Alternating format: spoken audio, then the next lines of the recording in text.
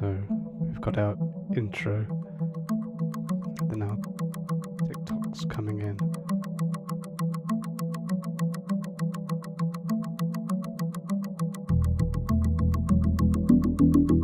Bit of filtered bass.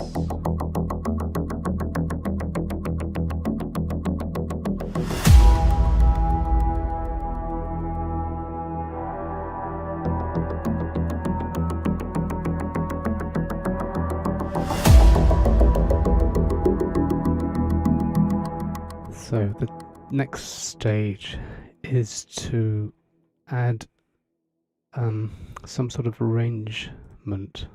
So we can add an arranged track, edit, here we go, arranger, take that up to the top, and then I colorize that red. I've got a template here, and this is a previously set up arrangement, and it's specially for trailer tracks.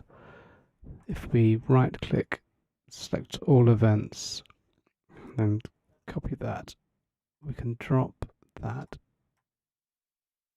at the right place, start at bar 1, drop that into our track. So as you can see, it's fairly short. This is where we decide what we want to do with this track. We can make it shorter, fit it into these parameters here. And since I'm working on a new kind of modern sounding trailer album, I think we're going to do that. So I think that's something I'll do at another time. I just wanted to share this with you so you can see. Once we've got the ideas down, we can compact them and sort of squash them into this space so things move faster. So this feels like it's meandering a bit at the moment. So it probably is. And what we're doing really is just getting ideas down, and then we can compact it and arrange it, and we'll come back to that. I don't think it's that interesting to watch. We could look at other things today that are more interesting. So for now, we'll hide that track, come back to it, but at least it's there. So that's for later. For now, let's have a look at what we've got here.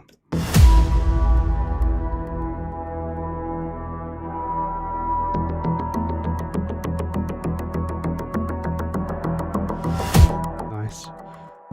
What's this?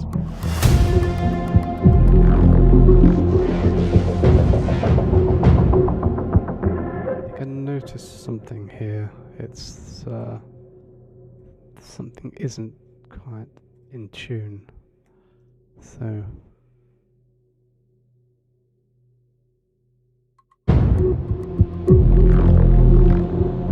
it's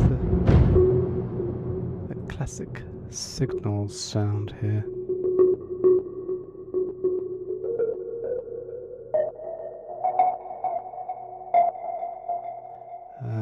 That's better.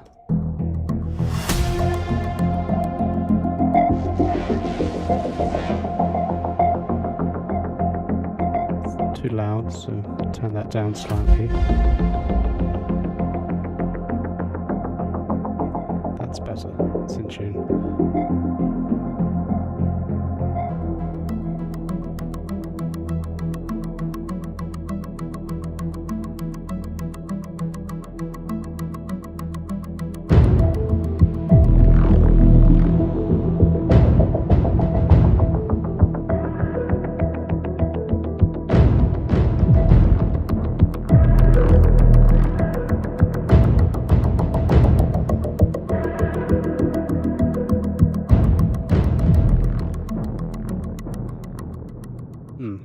That's good.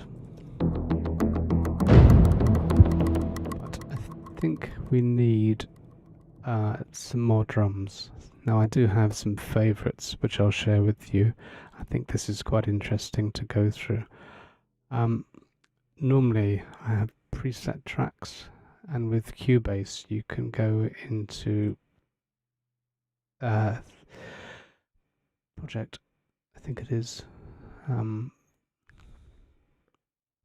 sorry, file, export, that's it. So file, export, then selected tracks, and you can export this track with all of this data and its settings. So this instrument and any sort of EQ or anything like that. It's very handy. Once you've done that, you can set up your keyboard shortcuts. I'm on Alt T for track, and then load. So let's go for this bass drum ensemble, and we'll, fortunately it comes up down there, so I need to pull it up and then change the color to match the drum folder color. So we've got a bass drum ensemble, and as you can see there's some musical data there already.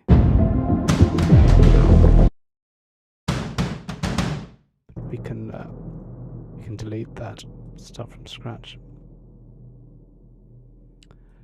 and I shall pull up that instrument. We've got bass drum ensemble with hard traditional hits and then some fills. This is just a standard velocity based. See, very simple, and some fills there, and the fills are on a different channel, so you can have multi sounds with one instance of contact here. The contact is excellent. If you don't have it, go to the Native Instruments website, buy contact, learn how to use it, because there's nothing better. And that's from someone who's been using contact since 2005, maybe 6. So I have many years of contact use, and I still haven't found a sampler better. So that's bass drum ensemble, and that's hard panned. If we look at the panning, it's hard panned to the right. We want something.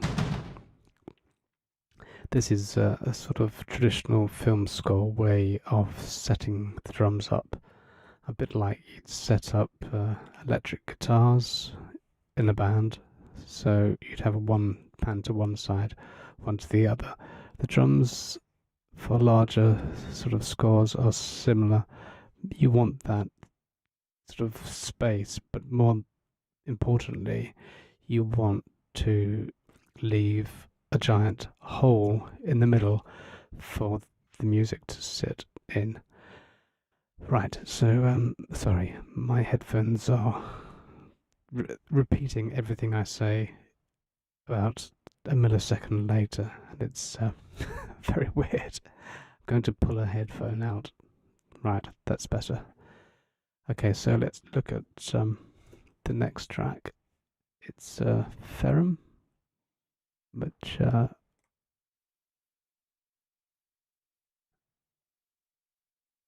recommend. Once you've selected it from your folder, and this saves you having to go through and find all the individual instruments. You can just... Did we actually add that? Let's just try again. Ferrum. Then we added something else. Sorry.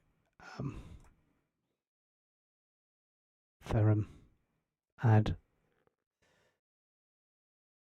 Always easy to do this and talk. I think we added something else that we didn't want to add.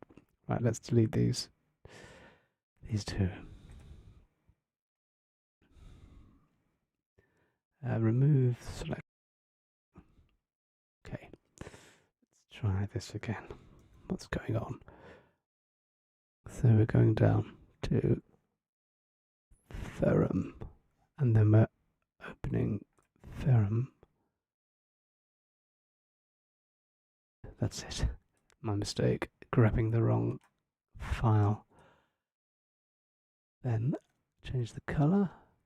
And again, this has got data. Sorry, that was loud, wasn't it? Yeah. So we can lose that data. And then we can solo those, put them into record mode.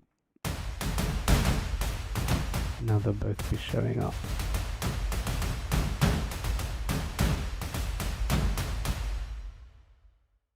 So the idea is to come up with a drum pattern and decide where it goes. So let's have a listen. And let's just take a look at that Ferrum ensemble. So with Ferrum, you've got all sorts of different drum hits, and they're all velocity sensitive. So we'll grab one of those and make sure we're triggering the bass drum ensemble as well. So put the bass drum ensemble in record. So we should have both of those now.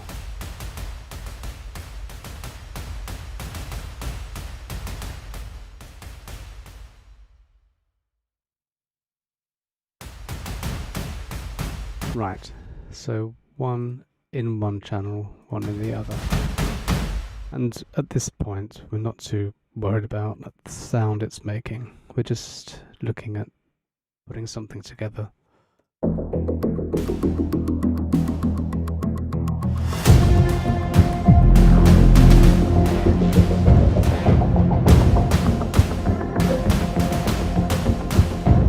mean, that's as good as anything I'll come up with today. So, ready?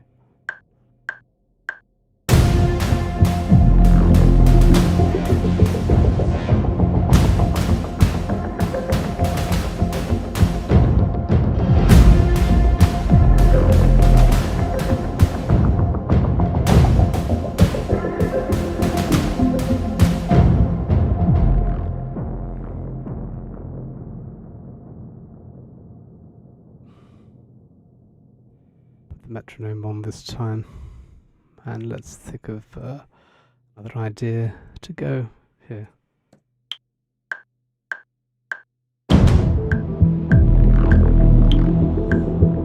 Need these to be in record, of course.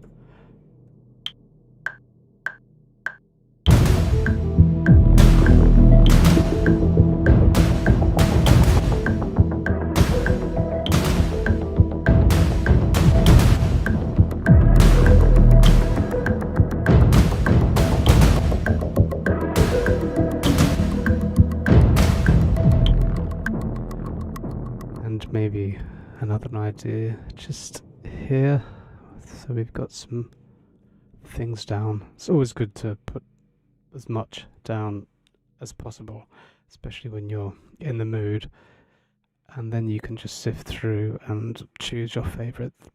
It's, you know, later it's better to have things on the page than nothing. Right, let's try this.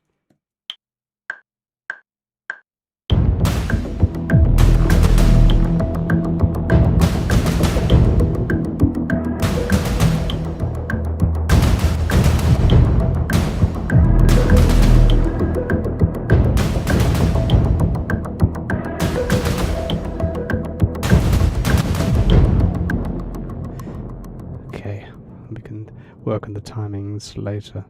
So that's the idea.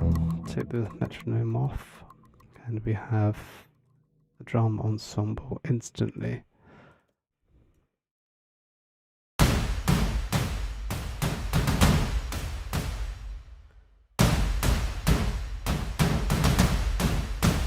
And a little sort of OCD thing of mine is when I'm putting tracks to the left and right, I like to have the left track on the top.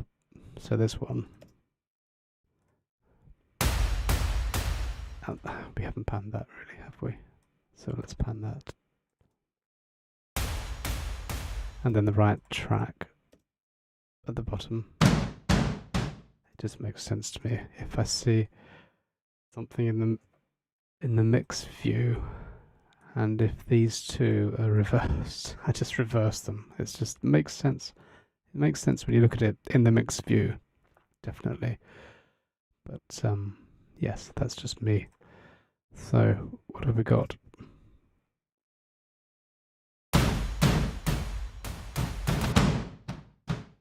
The bass drum ensemble pretty much is that sort of sound. You have one key to hit. But with Ferrum, we do have more choice, so we can move our sounds around until we find something. I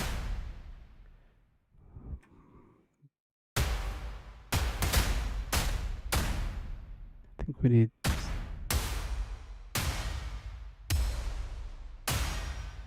and we can always adjust the release, although what I tend to do when I've got something I'm happy with is I'll use an expander just to, that's quite good, yes, nice and tight. That's my voice cutting in on the compressor. It's just dropping the volume of the tracks you're listening to, so it's not the sound cutting out.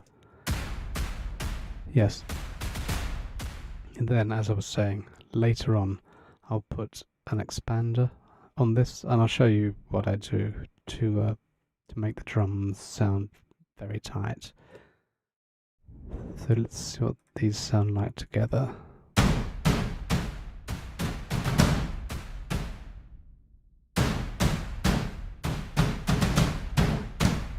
Yes, I think we just need to go into the quantize page and tidy it up. So we can, this is C3.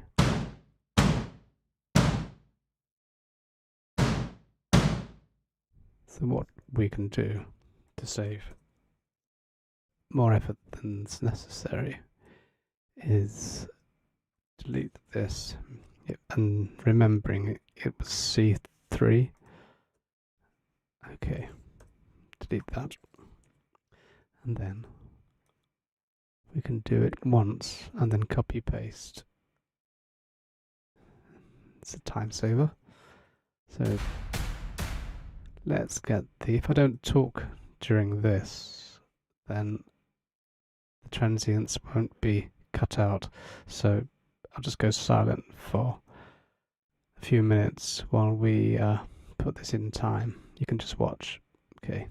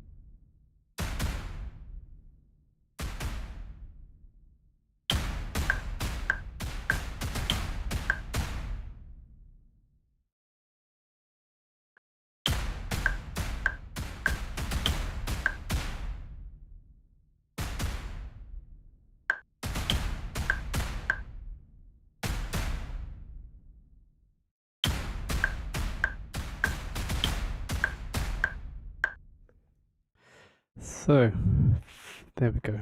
That's in time. We can call that a tight few bars.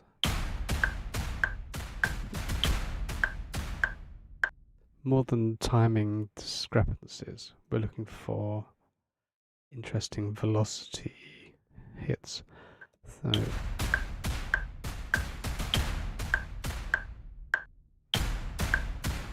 those two. That was sort of naturally done. So sometimes putting these in with the mouse like this, you don't get that sort of natural feel with the velocity. So I like to play them on the keyboard and then put them in time. But it's the velocity really. Yeah, that's what we're looking for. It's dynamics. Right, so now we can paste into our bass drum, remembering, can you remember what it was? It was C3. So let's find C, and then we can drop that an octave.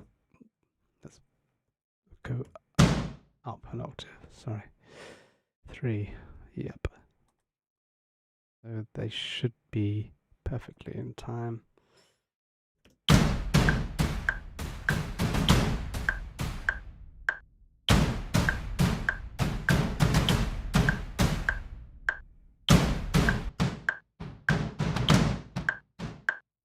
Okay, so some of the bass drums,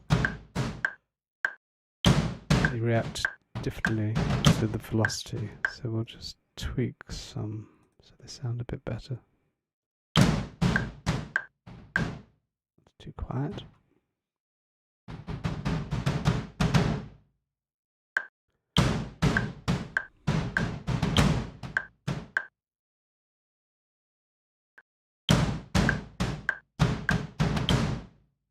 We can get the velocity lane up here and do it that way. That's it.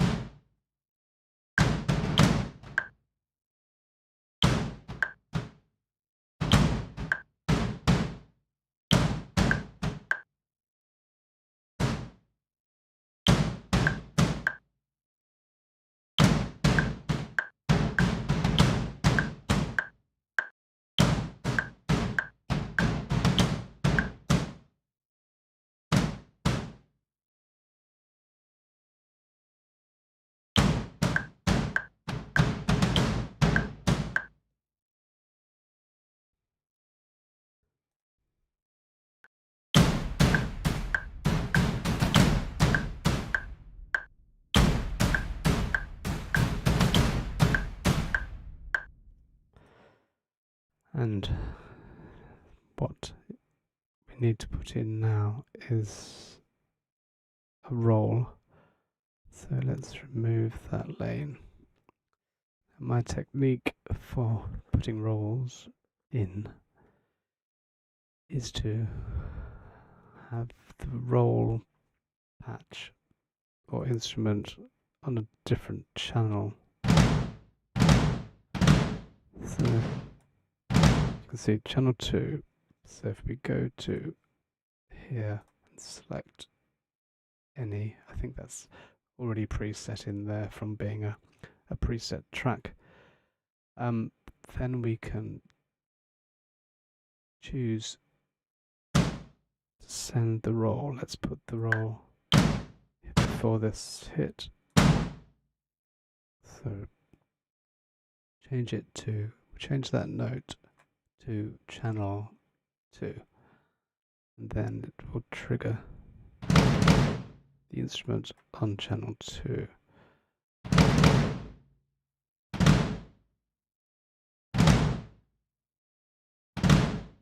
Try that one.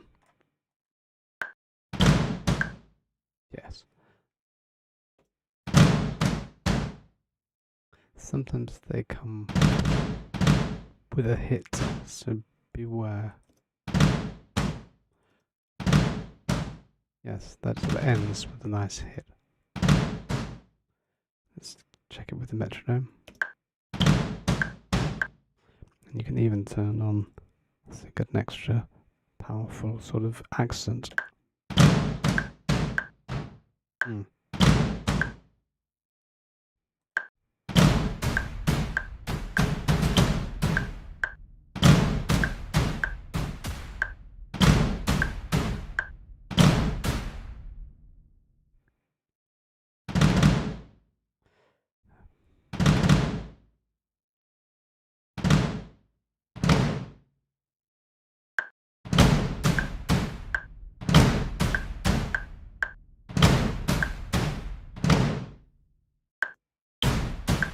So you can see the excitement it adds.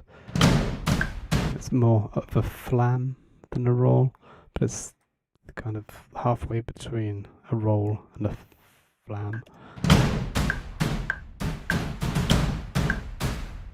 Yes, but it does add something to the drum track, I think.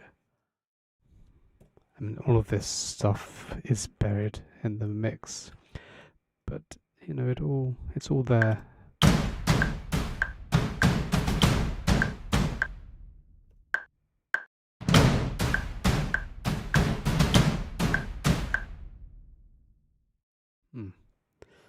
Right. Let's.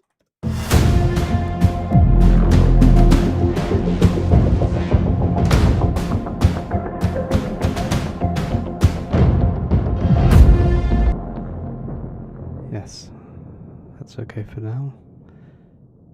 And we'll get some hi-hats and things in there later on. So, let's just look at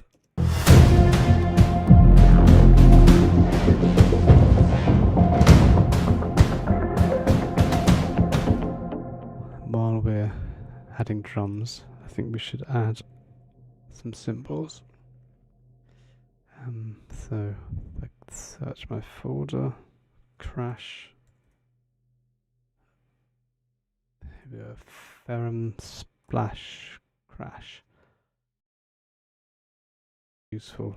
Now, before I started really using this, I used to drag in cymbals from the media bay and just drop them, but that just became too laborious. So this really has every cymbal you'll ever need for this particular style of music. I'll show you. So let's have a look. We've got also we have round robins, so you're getting a different sample, which is unusual for cymbals. You can see it's cycling through. So let's say we'll start with the crash here.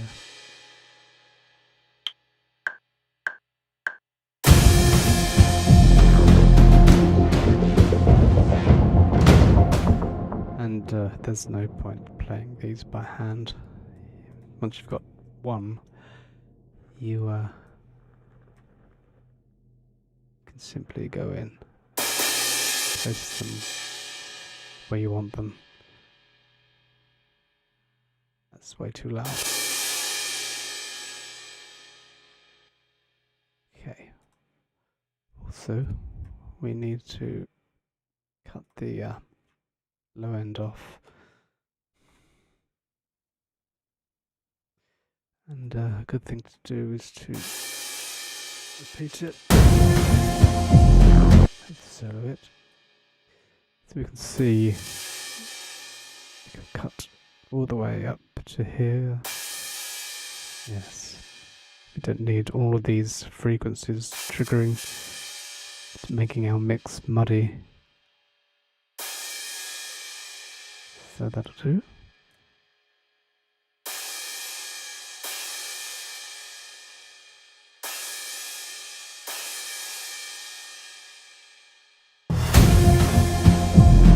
Yes. That's nice. So we have various crashes, splashes, hi-hats and all sorts of great cymbals. It's a time saver, it really is.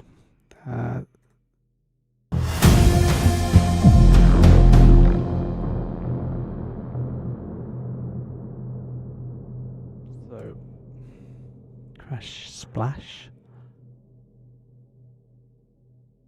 Now we can drop this anywhere.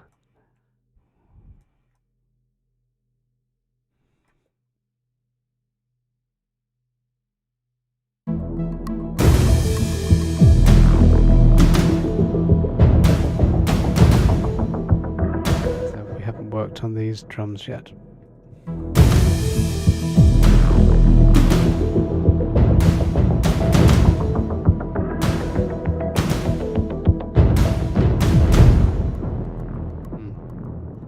They need work. I can always do that at another time. And we can look at some other things. In fact, we could look at using expanders on the drums as we're there. So let's get this up and let's drop the low EQ.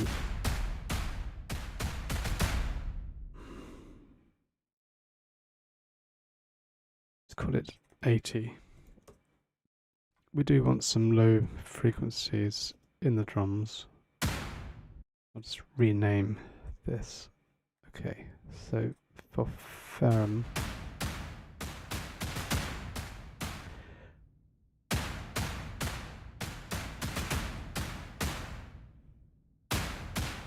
right, going to put the expander in here.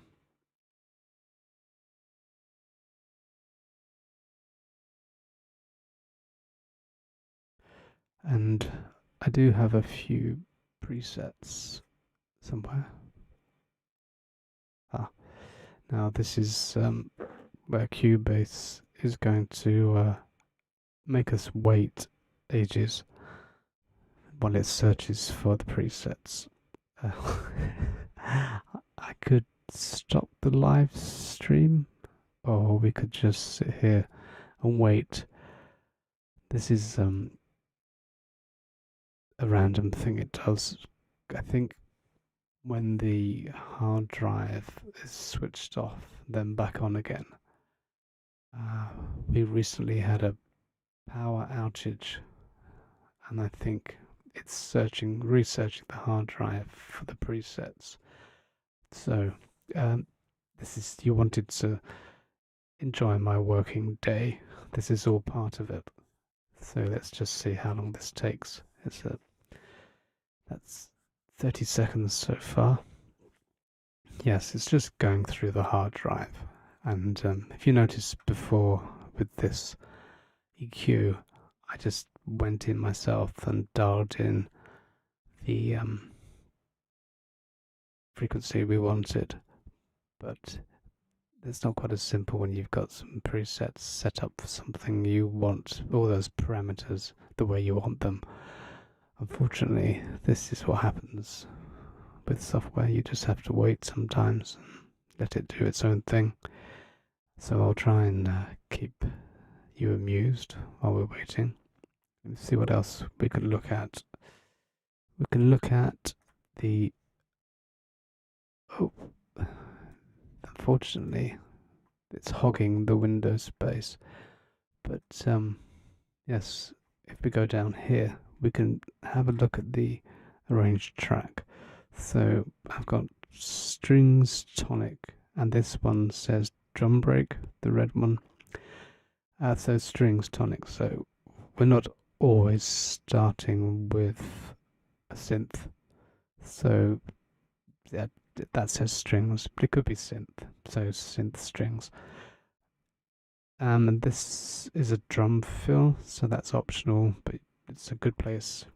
And the reason I'm so pedantic using these positions for things, is over the years I've monitored what tracks get great responses and tracks that sort of adhere to these settings or parameters do. Oh, I think we're back again. So I'll come back to that arranged track another time, but you get the idea. It's all very easy to follow.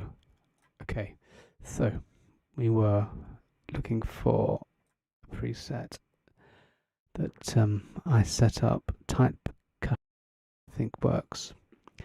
Now what the expander does is it just sort of cuts the release portion of the drum off. So if we,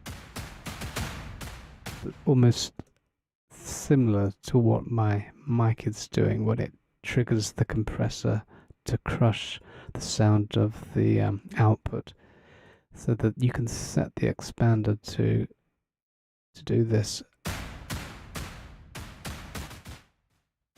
So you can really cut the drums, so you're only really getting the transients. And if we put the punch transient in there,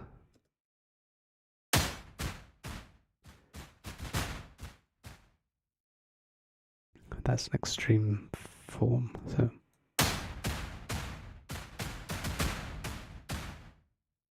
and you can see it's putting the gain down when it drops below the minus 20 dB threshold.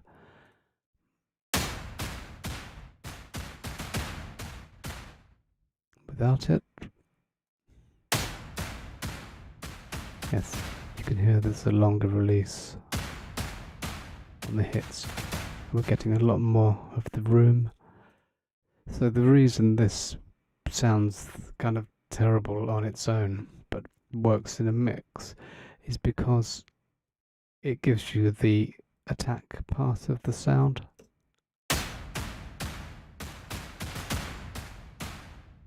And it kind of removes the release part. You can see it's putting the volume down. Why would we do this? Let's do the same thing to the bass drum. So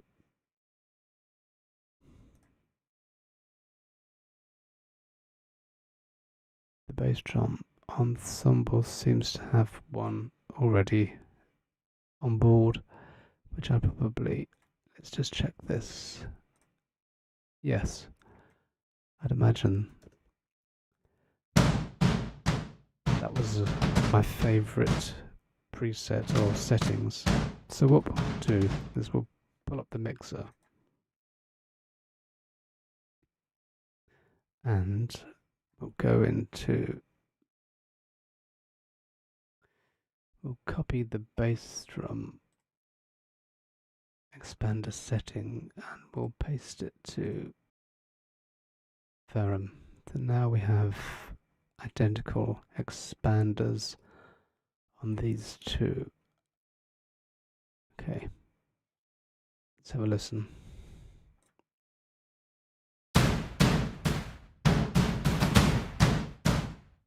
Yep. As I said, it doesn't sound great in isolation, but with lots of bass going on, it's really desirable to not have those lower mid frequencies sort of echoing and bouncing all around, because you want that space. That's how you make a powerful mix, by having lots of lower mid space. Yeah, you can hear how that's made so much difference now.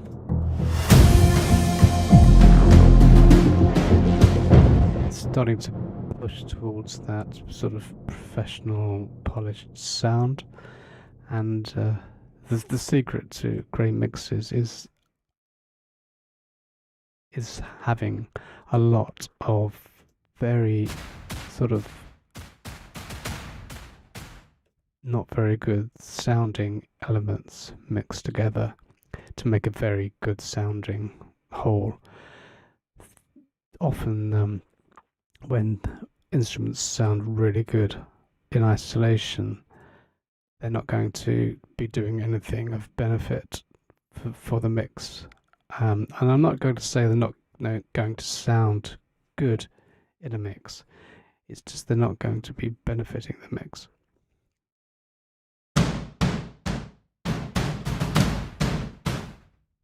So we have the expander kicking in there.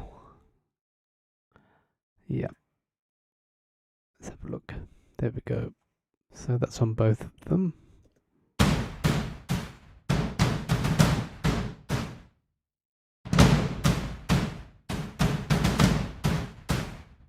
I think that's one of the fundamental techniques of working with drums in large productions like this. It's going to be.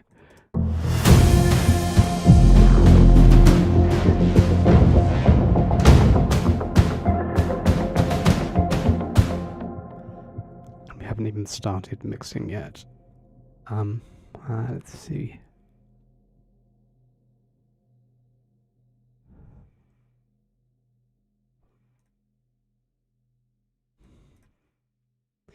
So I was thinking we could possibly filter this so we can have it going up and down. So again, my technique for filtering is to get a filter. So let's type in dual for dual filter, which is Cubase's easiest to use filter. Now we've got this up, we can use automation. So I'm showing the position track, putting it in red so we can see what we're doing, and let's draw, and then we can go up and down.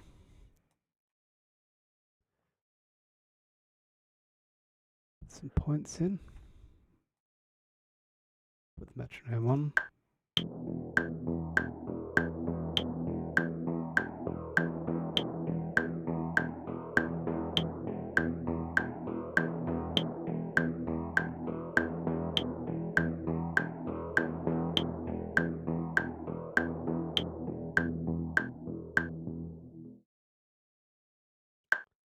Yes.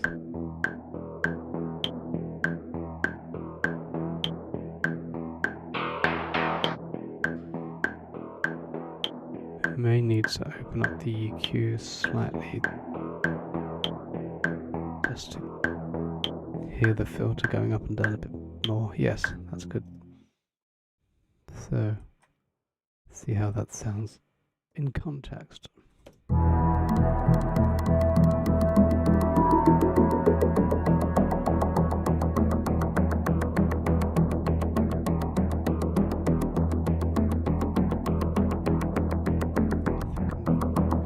Like it.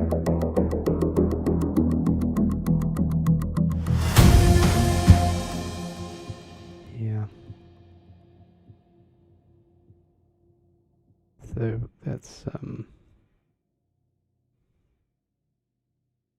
put another node in, and when it comes to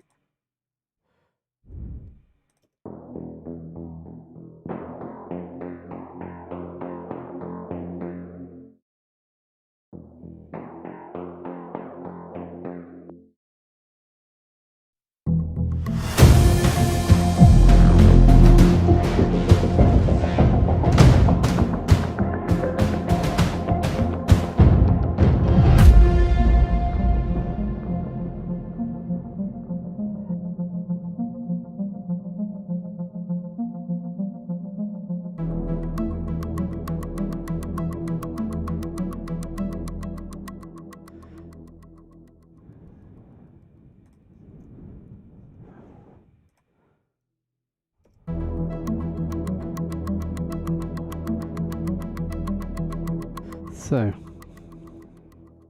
let's have a listen to that so far.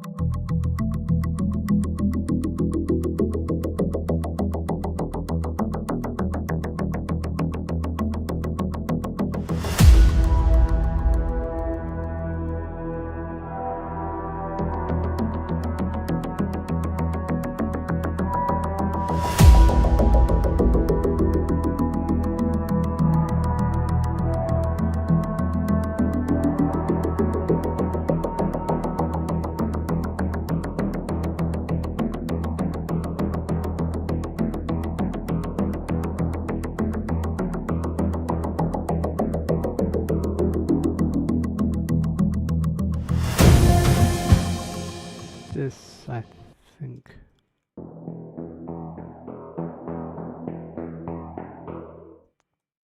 go down, make it a bit more obvious.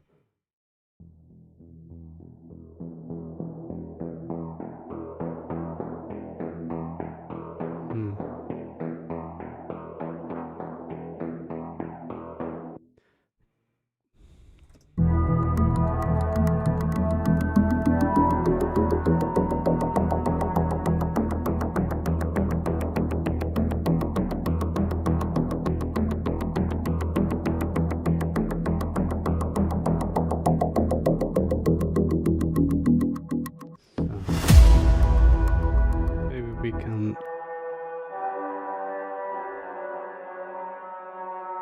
cut this, then mute that. Yeah, then we can bring in the last section later.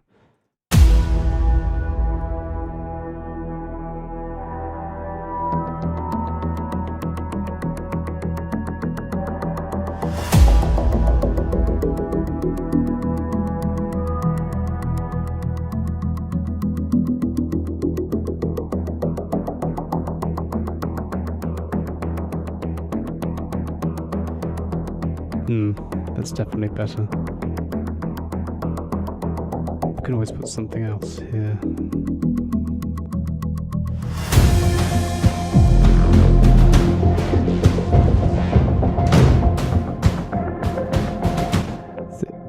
So, we spent all that time doing those drums, but it's too early for them.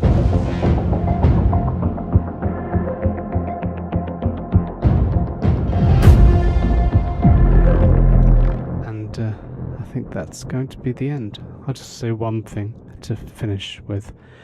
Yes, you do find when you're composing, you spend a lot of time on things just to mute them. But we know that's a potential drum that could work maybe down here later or at the climax. And at least you've worked on it, so it's a job done. And if you decide to keep it muted, you do. It doesn't matter. I think the golden rule of composing any music is to know when to not use things and know when to keep it as minimal as possible. Anyway, so thanks for joining me on this Hans Zimmer look at the Dark Zebra. I know we haven't looked at the Dark Zebra today. Let's just look at the Zebra software. So at least we have looked at it.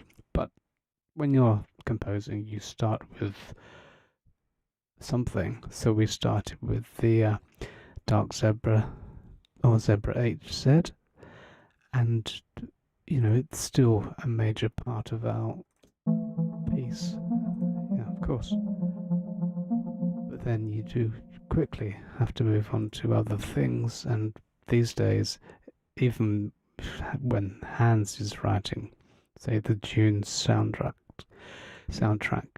you'll hear a little bit of this sort of synth, but I'd say 90% of it is stuff like this, really.